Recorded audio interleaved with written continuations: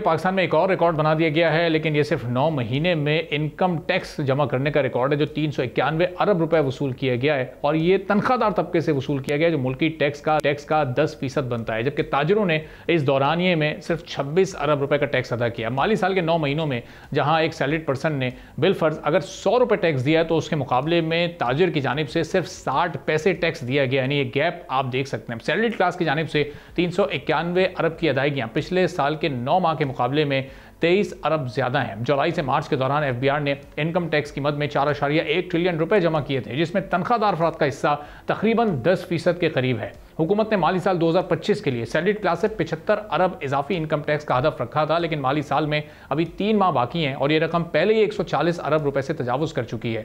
गुज़िश्ता 9 माह में तनख्वाहदार तबके के इनकम टैक्स में गुज़िश्ता माली साल के मुकाबले में 56% इजाफा हुआ है। गुज़िश्ता साल तनख्वाहदार तबके ने 368 अरब रुपए टैक्स अदा किया। 26 अरब का टैक्स देने वाली ताजिर बरादरी ने सैलरीड क्लास से 1420% कम टैक्स अदा किया है। जहां एक सैलरीड पर्सन ने 100 रुपए दिए तो वहीं ताजिरों ने सिर्फ 60 पैसे की अदायगी की है। ये सूरत हाल आपके सामने। अब आधे से ज्यादा ताजिरों के रजिस्टर्ड ना होने की वजह से होलसेलर्स और डिस्ट्रीब्यूटर्स ने सिर्फ 17.5 अरब रुपए विद होल्डिंग टैक्स अदा किया है। ताजिरों पर 2.5% विद होल्डिंग टैक्स लगाने से 13.3 अरब रुपए वसूल तो हुए, लेकिन ताजिरों ने यह कीमत आवाम से ही वसूल कर ली है। नॉन कॉर्पोरेट सेक्टर मुलाजमीन ने इस साल 166 अरब रुपए का इनकम टैक्स अदा किया है, जो 50 अरब या 43% ज्यादा है। कॉर्पोरेट सेक्टर मुलाजमीन ने इनकम टैक्स की मद में 117 अरब रुपए अदा किए हैं, जो 40 अरब रुपए या फिर 52% ज्यादा है। अब सूबाई हुकूमतों के मुलाजमीन ने 69 अरब रुपए टैक्स अदा किया है, जो 34 अरब या 103% ज्यादा है। इसी तरह विफाकी सरकारी मुलाजमीन हैं जिन्होंने 39 अरब रुपए अदा किए हैं, जो 15.5 अरब रुपए या फिर 65% ज्यादा है। एफबीआर ने 12.9 ट्रिलियन रुपए टैक्स कलेक्शन का हदफ